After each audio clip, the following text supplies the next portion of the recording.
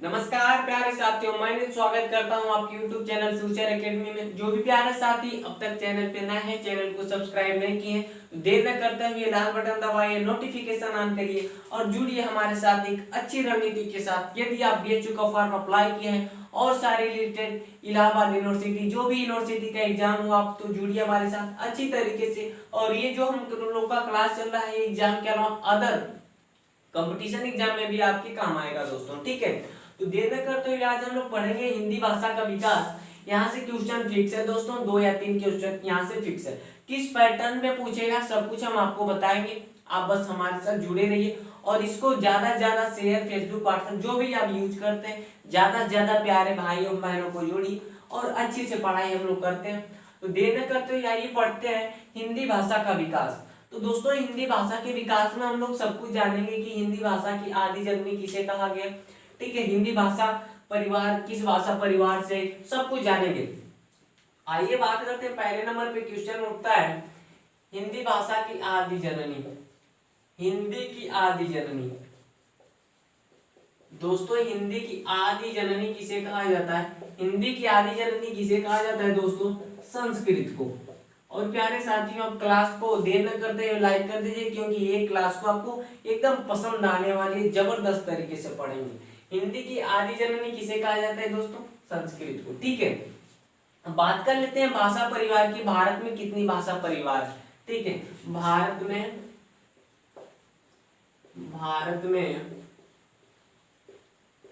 4 भाषा परिवार। भारत में दोस्तों 4 भाषा परिवार कौन कौन?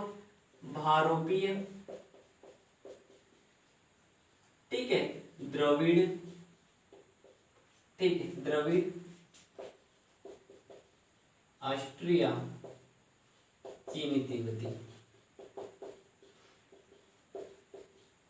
अब देखिए भारोपी कितने परसेंट बोली जाती है? 73%। भारोपी कितनी? 73%।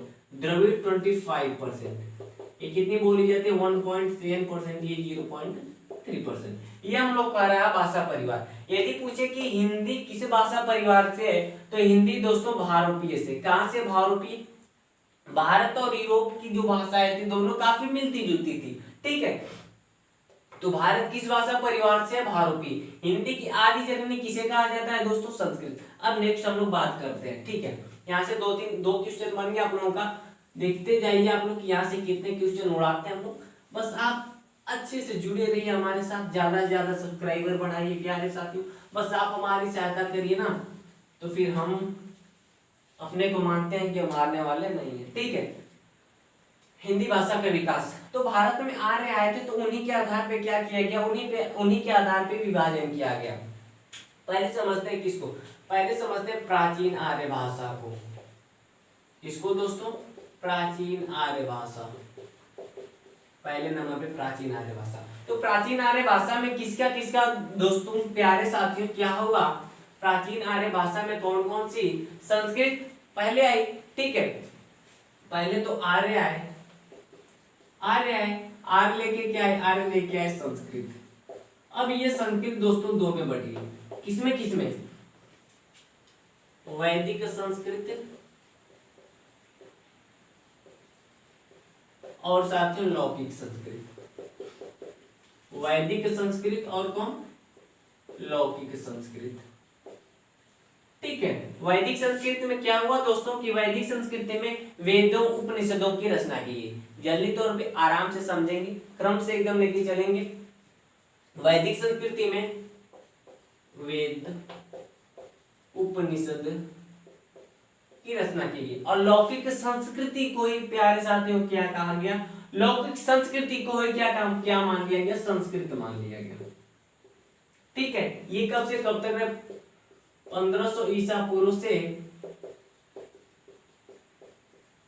500 ईसा पूर्व तक। इसका क्या था? इसका समय का था। प्राचीन आर्य भाषा में वैदिक संस्कृति है, उसके बाद लौकिक संस्कृति है। अब इसके बाद किसका विकास होता है? इसके बाद होता है किसका?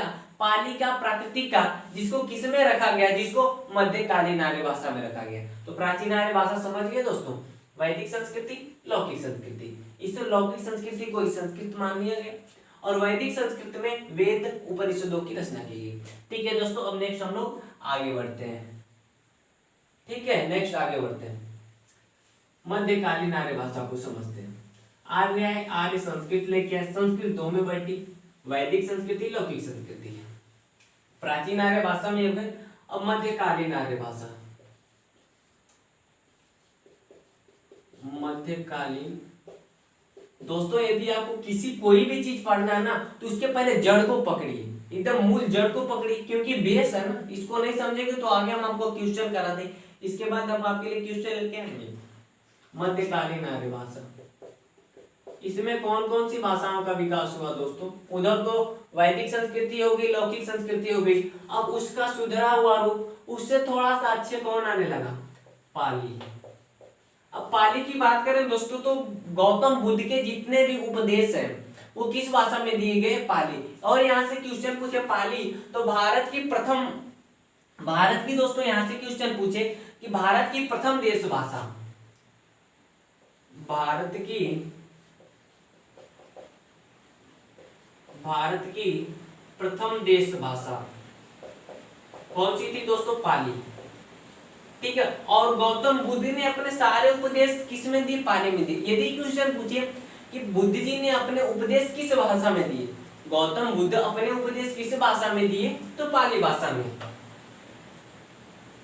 बुद्ध जी के सारे उपदेश किस भाषा में थे दोस्तों? पाली भाषा में। तो इसके बाद कौन सी आती है? इसके बाद आती है प्राकृतिक। अब प्राकृतिक दोस्तों, इसके पहले हम आपको बौद्ध धर्म, जैन धर्म पढ़ा चुके हैं। तो प्राकृतिक ये किनकी भाषा थी? ये महावीर स्वामी के सारे उपदेश इन्हीं की, ठीक है, इन्हीं की भाषा थी। भगवान महावीर स्वामी के सारे उपदेश किस भाषा में दोस्तों थे? प्राकृतिक भाषा में। ठीक है, पाली में भारत की प्रथम देश भाषा पाली, और बुद्ध जी सारे उपदेश पाली में दिए। यदि पूछ ले कि महावीर स्वामी अपने उपदेश किस भाषा में दिया, उनकी कौन सी भाषा थी? तो पाली। तो मध्यकालीन आर्य भाषा में पहले वैदिक संस्कृति है, लौकिक संस्कृति है, क्रम भी अभी बताते जाएंगे दोस्तों। उसके बाद पाली, उसके बाद प्राकृतिक, अब आती है अपभ्रंश। अपभ्रंश का मतलब होता है भटकना दोस्तों। तो प्राकृतिक, उसके बाद भटक जाती है और कौन सा हो जाता है? उसके बाद हो जाता है अपभ्रंश। उसके बाद क्या हो जाता है दोस्तों? अपभ्रंश। इसके बाद आती है अवट। ठीक है, इसके बाद आती है हमारा प्राचीन हिंदी, ऐसे करके आती है। ठीक है, तो अब यहाँ से जो क्रम बना ले कि हिंदी भाषा के विकास का क्रम, हिंदी भाषा के, इसको मिटाना पड़ेगा। अभी आधुनिक भारतीय हिंदी में चलेंगे, आधुनिक आर्य भाषा में, आधुनिक आर्य भाषा में। ठीक है दोस्तों, आधुनिक आर्य भाषा में चलेंगे। अब देखिए जो क्रम बना ले हिंदी विकास का क्रम, ये क्वेश्चन पूछता है, हिंदी विकास का क्रम, हिंदी विकास का यदि क्रम पूछे तो पहले कौन है? पहले संस्कृत। अब संस्कृत से ही तो लौटा वैदिक संस्कृति, लौकिक संस्कृति। यदि ऑप्शन में संस्कृत न दे करके लौकिक संस्कृत दिया हो तो आप लौकिक संस्कृत को टिक करेंगे, ना कि आप वैदिक संस्कृति को टिक करेंगे, क्योंकि लौकिक संस्कृत को ही संस्कृत मान लिया गया। ठीक है दोस्तों, संस्कृत के बाद कौन से आई? पाली। पाली के बाद प्राकृतिक, प्राकृतिक के बाद अपभ्रंश, अपभ्रंश के बाद अवट। अवट काफी ज्यादा तक फेमस नहीं, ठीक, अपभ्रंश तक काफी इंपॉर्टेंट अपभ्रंश तक। लेकिन विकास का क्रम पूछे तो कहां तक बताएंगे? अवट। अवट के बाद प्राचीन हिंदी। ठीक है, अब प्राचीन हिंदी की बात कर लेते हैं, आधुनिक भारतीय आर्य भाषा की। ठीक है, किसकी? आधुनिक। थोड़ा सा दोस्तों बस आप टाइम हमें दीजिएगा, फिर जब आगे 2 मिनट में लेके चलेंगे ना सारे मैटर क्लियर होने जाएंगे। आधुनिक भारतीय आर्य भाषा। ठीक है, अब इसमें कौन कौन आने लगे? इसमें आने लगा दोस्तों कौन कौन? प्राचीन हिंदी। कौन कौन दोस्तों इसमें आने लगा? प्राचीन हिंदी, मध्यकालीन हिंदी, और अभी देखिए आधुनिक भारतीय आर्य भाषा को ही क्या कहने लगा? अब इसको हिंदी कहने जाने लगा। ठीक है, इसकी डेट की बात कर ले तो ये 1100 से क्या 1000 ईस्वी से कब तक रही, 1400। ठीक है, ये 1400 से 1850। ये प्राचीन हिंदी, मध्यकालीन हिंदी, अब आधुनिक हिंदी आ गई। आधुनिक हिंदी ये कब से कब तक रही दोस्तों, 1850 से 1900। 1850 से कब तक रही दोस्तों, 1900। इसी में इसी को क्या कहा गया, इसी को भारतेंदु युग कहा गया, भारतेंदु युग। ठीक है दोस्तों, इसी को क्या कहा गया दोस्तों, भारतेंदु युग, 1850 से 19। ये देखिए आधुनिक हिंदी जो 1850 से अब तक है, ठीक है, समझिएगा थोड़ा सा, ये 1850 से अब तक, अब ये जो भारतेंदु युग हुआ ये 1850 से साथियों 1900 तक रहा। ठीक है, ये हम लोग का क्या हो गया, आर्य भाषा के अनुसार हो गया। ठीक है, आर्य भाषाओं के अनुसार हो गया। ठीक है, अब नेक्स्ट हम लोग आगे बढ़ते हैं। प्राचीन आर्य भाषा पढ़ ली, आधुनिक भारतीय आर्य भाषा, मध्यकालीन आर्य भाषा। प्राचीन आर्य भाषा में हम लोग लौकिक संस्कृति है, वैदिक संस्कृति, उसके बाद पाली भाषा, उसके बाद प्राकृतिक, उसके बाद अपभ्रंश। ठीक है, अब देखिए ये आधुनिक भारतीय आर्य भाषा होगी। अब नेक्स्ट हम लोग आते हैं अपभ्रंश पे दोस्तों। ठीक है, मिटाते हैं दोस्तों। और प्यारे साथियों आप लोग वीडियो को ज्यादा से ज्यादा लाइक शेयर सब कुछ करिए दोस्तों, क्योंकि हम आपके लिए इतना अच्छा मेहनत कंटेंट्स दे रहे हैं, अच्छी से अच्छे बुक में से अच्छी से अच्छे कंटेंट निकालते हैं, उसके बाद आप लोग के सामने रखते हैं। ठीक है दोस्तों, ठीक है, आगे हम लोग पढ़ते हैं। अब दोस्तों बताते हैं क्षेत्र विशेष के आधार पे जो अपभ्रंश हुई, देखिए अपभ्रंश कितने में बढ़ती है, अपभ्रंश 6 भागों में बढ़ जाती है, अपभ्रंश 6 भागों में बढ़ती है। ठीक है, अपभ्रंश, अब अपभ्रंश जो प्यारे साथियों ये क्षेत्र विशेष के स्थान पे, विशेष के आधार पे क्या होने जा रही, अलग अलग क्षेत्रों में बोले जाने लगी। क्षेत्र विशेष के आधार पे तो जो प्यारे साथी जो क्षेत्रों में भाषा बोली जाती है, जो क्षेत्र विशेष तौर पे क्षेत्र में अगल बगल इधर उधर बोली जाती है, उसका काफी विस्तार नहीं होता है, उसे क्या कहते हैं दोस्तों, उसे बोली कहते हैं। थोड़ा सा समझिएगा डीपली, जब कोई भाषा क्षेत्र में बोली जाती है उसका विस्तार नहीं होता है तो उसे क्या कहते हैं, उसे बोली कहते हैं।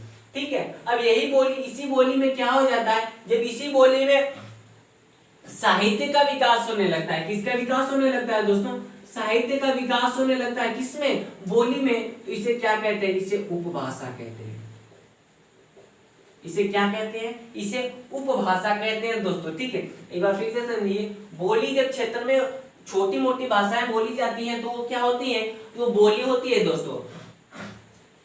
ठीक है, और जब बोली में साहित्य का विकास होने लगता है और क्या, और क्षेत्र का विस्तार होने लगता है तो क्या हो जाती है, वो उपभाषा हो जाती है दोस्तों।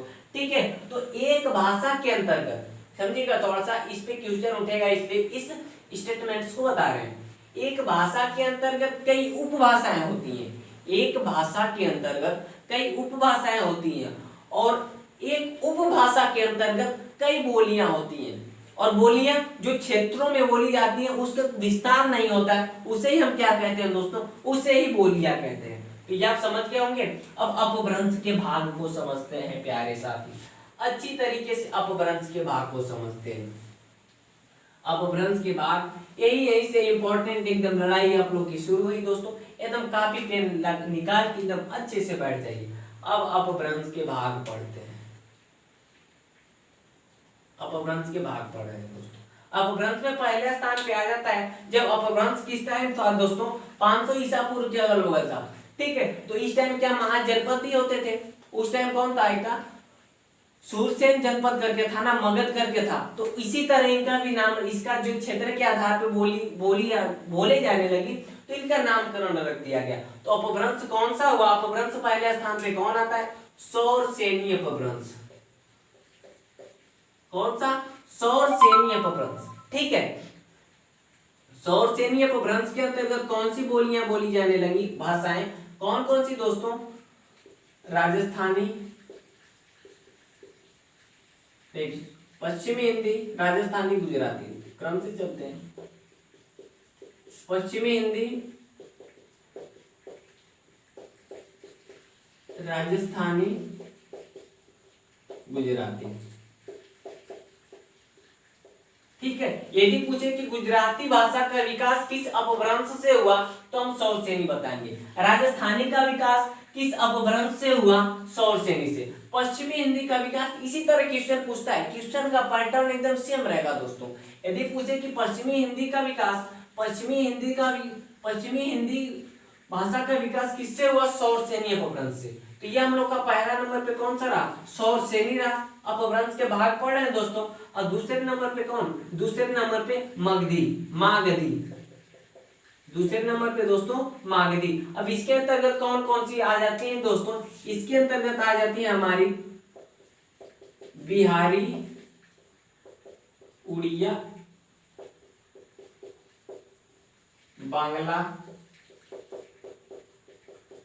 ठीक है, ये मागधी के अंतर्गत आ जाती है। अपभ्रंश के भाग पढ़े, पहले स्थान पे सौर सेनी, दूसरे पे मागधी, तीसरे पे अर्धमागधी। तीसरे पे दोस्तों कौन? अर्धमागधी। अर्धमागधी में कौन आ जाती है दोस्तों? पूर्वी हिंदी। ठीक है, उसके बाद चौथे स्थान पे खस। ये कहां पे बोली जाती थी दोस्तों? ये पहाड़ी इलाकों में बोली जाती थी। खस कहां पे बोली जाती थी? पहाड़ी इलाकों में। खस किसका भाग है? खस अपभ्रंश का भाग है। चौथे स्थान पर चौथे खस अपभ्रंश। फिर छठे पे कौन? पांची, हाँ पांची। पांचवें स्थान पे दोस्तों कौन? ब्राह्मण, ब्राह्मण। ये कहां पे बोली जाती थी? ये सिंध पंजाब क्षेत्रों में बोली जाती थी। ठीक है, और छठे स्थान पे जो थी महाराष्ट्री,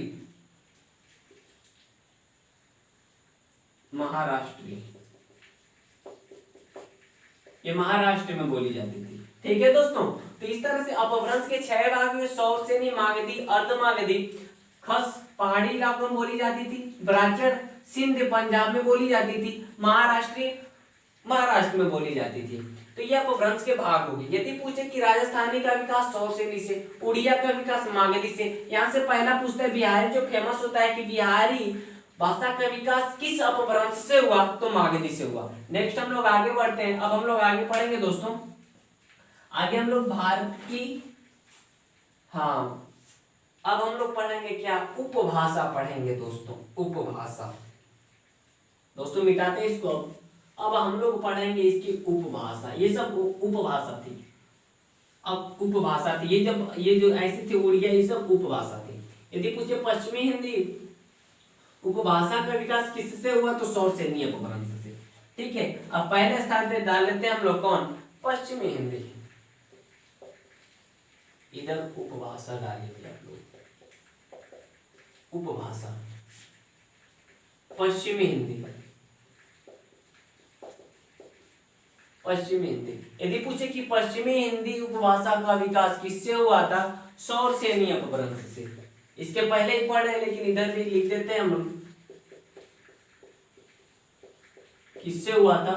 सौर सेनी अपभ्रंश से,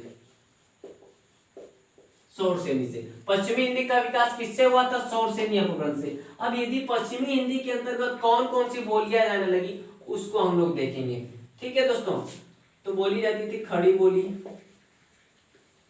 खड़ी बोली, इसे प्यार से कौरवी बोली भी कहा जाता था, कौरवी। ठीक है, दूसरे स्थान पे ब्रज भाषा, जिसका मीरा, ठीक है, गद्यपद की उसमें जो रचना हुई, ठीक है, ब्रज भाषा।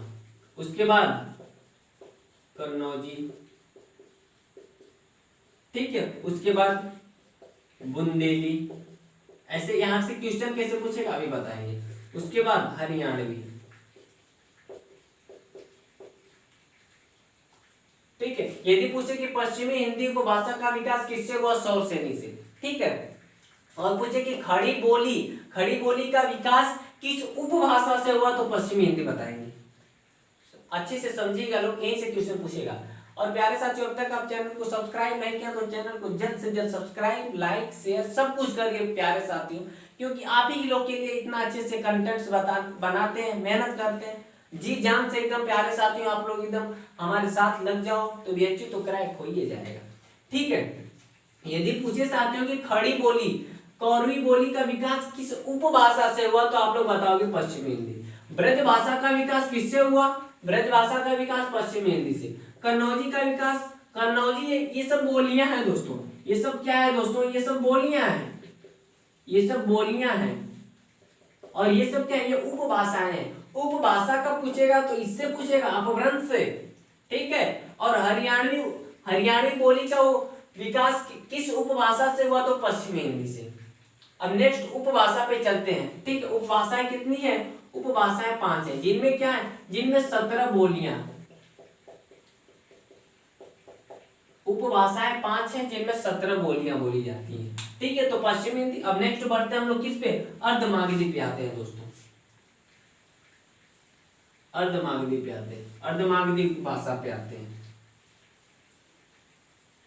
हाँ नहीं, उपभाषा पूर्वी हिंदी हम लोग की रहेगी ना, उपभाषा पूर्वी हिंदी, उपभाषा पूर्वी हिंदी। अब वो पूछे कि पूर्वी हिंदी का विकास किस अपभ्रंश से हुआ? तो अर्धमागधी से। एकदम एकदम हल्का सा कॉन्सेप्ट लगा के आपको समझना है, ठीक है। अब पूर्वी हिंदी के अंतर्गत कितनी बोलियां बोली जाती हैं? देखिए, अवधी, बघेली, छत्तीसगढ़ी। अब देखिए, एकदम सेम उसी तरह क्वेश्चन पूछेगा। ज्यादा आपको यहाँ से क्वेश्चन 2-3 नंबर क्वेश्चन फंसेगा पक्का है, लेकिन आपको उसमें भ्रम नहीं होना है, आप लोग भ्रम हो जाओगे। ये सब जितनी है दोस्तों, ये सब बोलियां हैं, ये सब बोलियां हैं, और ये उपभाषा है। उपभाषाओं का विकास पूछेगा तो मेन विकास के क्रम से पूछेगा। संस्कृत, पाली, प्राकृतिक, अपभ्रंश, अवध। अपभ्रंश बढ़ती 6 भागों में, ठीक है। पश्चिमी हिंदी, पूर्वी हिंदी, मागधी, अर्धमागधी, खस, ब्राह्मण, ठीक है। एकदम कॉन्सेप्ट लगा के चलना है। अब यहां से पूछते हैं कि अवधी बोली का विकास, अवधी बोली का विकास किस उपभाषा से हुआ है? तो पश्चिमी हिंदी से। बघेली बोली का विकास किससे हुआ? पूर्वी हिंदी से। छत्तीसगढ़ी उपभाषा का विकास किससे हुआ? पूर्वी हिंदी से। छत्तीसगढ़ी बोली का विकास किस उपभाषा से हुआ? तो आप लोग क्या बताओगे? पूर्वी हिंदी से। अब पूर्वी हिंदी हो गया। अब नेक्स्ट हम लोग आते हैं दोस्तों, एकदम अच्छे तरीके। और दोस्तों, अब तक जो भी चैनल को सब्सक्राइब नहीं किए, सब्सक्राइब तो करिए दो यार, आप ही के लिए तो इतना मरते भाई साहब। अब नेक्स्ट हम लोग आते हैं दोस्तों, बिहारी पे आते हैं, बिहारी पे आते हैं,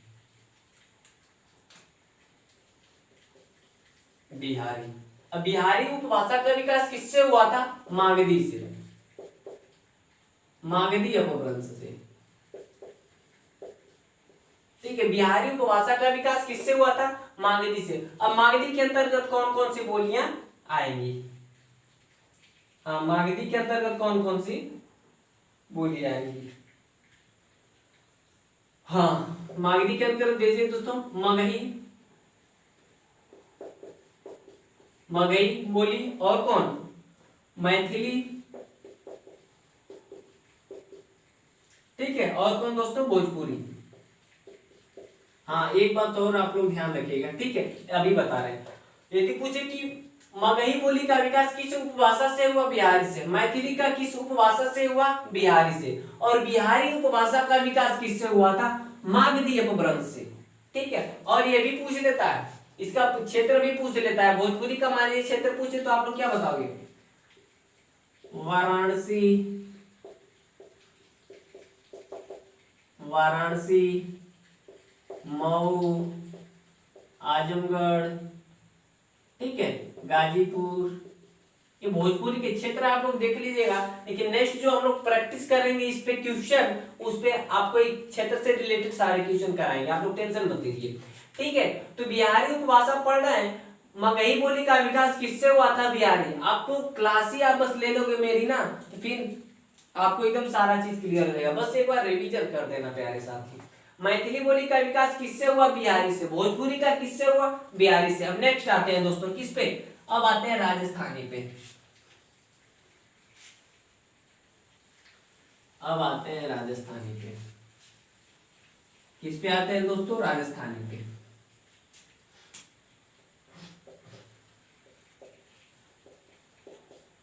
अब किस बात है, राजस्थानी पे। अब पूछे कि राजस्थानी उपभाषा का विकास किस किस अपभ्रंश से हुआ। राजस्थानी का विकास तो किससे हुआ था, सौर सेनी से।